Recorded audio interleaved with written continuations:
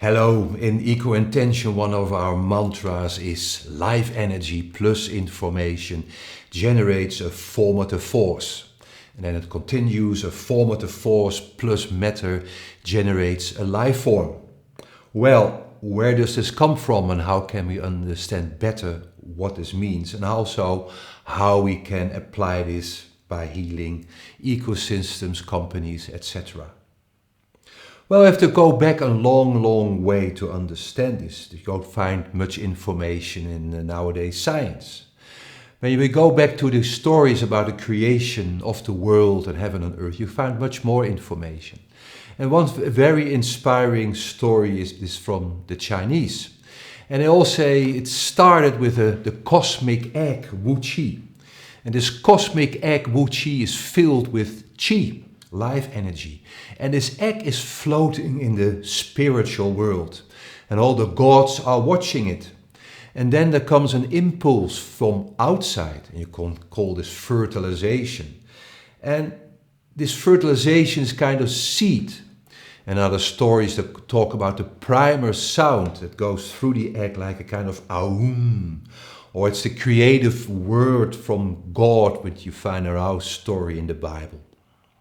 Well, to summarize, you can say there is life energy and it's information that comes in it. And there you have it. So it's life energy plus information generating this formative force. This formative force is one of the primal forces of creation. And the formative force starts to work in this egg. And it's dividing this egg in two parts, in two polarities.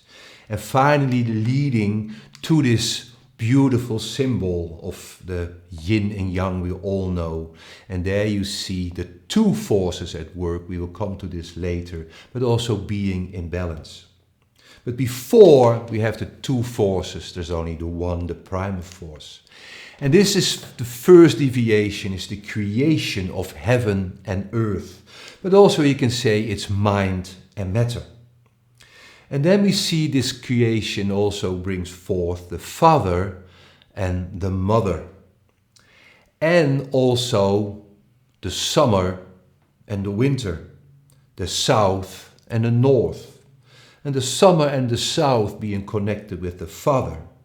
And the winter and the north being connected with the mother as being the darker part, the cooler.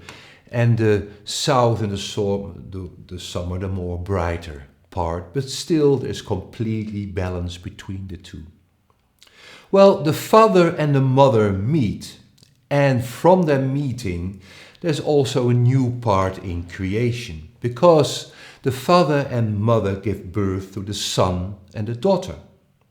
And also give birth to the spring and the autumn.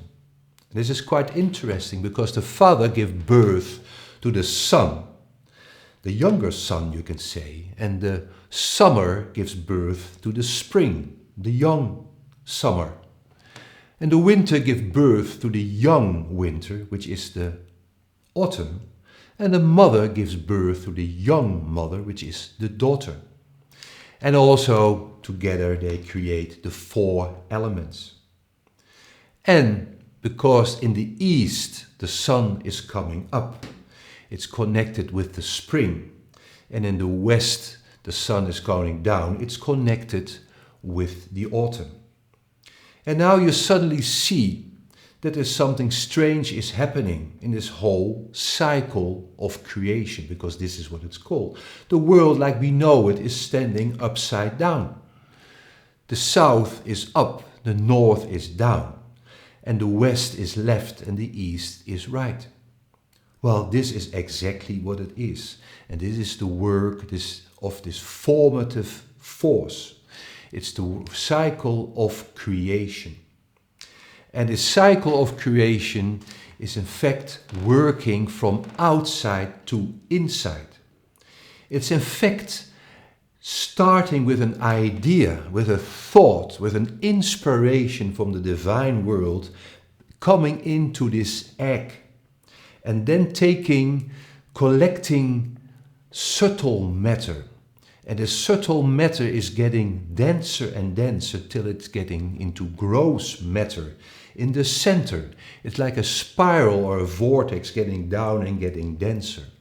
And then you see this blue spiral, this blue formative force connecting in the center with the really gross matter and give this birth to a real life form. And from this moment, the idea, the thought comes into existence, or existence is this 4D reality with 3Ds mentioned. It's the length, the height, and the width, and also time at fourth dimension. And then you connect with the cycle of decay, and there is the expansive force at work. Meaning that at the end also, the whole form will dissolve, and we dissolve in particles at the end. And then we find the world like we know it, with the north up, the south down, the west at the left, and the east at the right. The cycle of decay. So you see, in creation there are the two forces at work, which we know as the yin and yang, the masculine, the feminine, heaven and earth, but it also has specific characteristics. Because this formative force is in fact working counterclockwise. It's also center-seeking, working from the outside to the inside. It's also an integrating force, and it's making use of life energy. And we can call this working from outside to inside, it's more an implosion, giving more rest. And this formative force is connected with our thoughts, with our ideas. It's working in our inner world. And it's also connected more with our intuition. And they say it's more with our feminine part, with being connected. And like I said, it's getting denser and denser, and the idea is getting denser and denser. It connects in the center, and then this next force comes into existence. And this next force is the expansive force. It is more connected with the explosion, really working from the inside to the outside. But like we know, the explosion is not a quite integrating force, it's much a more destructive force, blowing things up. And also you can see that this more expansive force is working clockwise. It's spending centrifugal. It's basically working in your washing machine when it's spinning and drying. Everything is going from outside. And it's making use of the physical chemical energy, the gasoline in your car, atomic energy, etc. Explosion and action. And this force is more connected with the outer world, with the solid form. It's been taking shape, working in the outer world. And it's also more connected with our intellect and with the masculine action. So again, there are two forces at work in creation. The formative force is more the creative cycle connected with ideas and thought, taking shape. And then the expansive force is working in the outer world, the more physical realm, and also dissolving in small particles at the end. But then you always heard about its mind over matter. Well, so, and what does it mean in this concept? Well, the mind force is the formative force, and the more material force is the expansive force. And it would mean, when they take it literally, that the formative force would be stronger than the masculine expansive force. Hey, wait a minute. So that would mean that the force you're connecting in your inner world, connecting with your intuition, is stronger than the physical force, like the atomic force, that all the forces working in our outer world. Well, this is really true. And it is really true. There are already people doing a lot of research to this. Also, the kind of so-called Zukunftsinstitute in Germany, the Future Institute, working on those concepts. And they really say when we use it, our mind, our spirit is stronger than the outer forces. It's literally mind over matter. And this is what we are applying in ECOintention.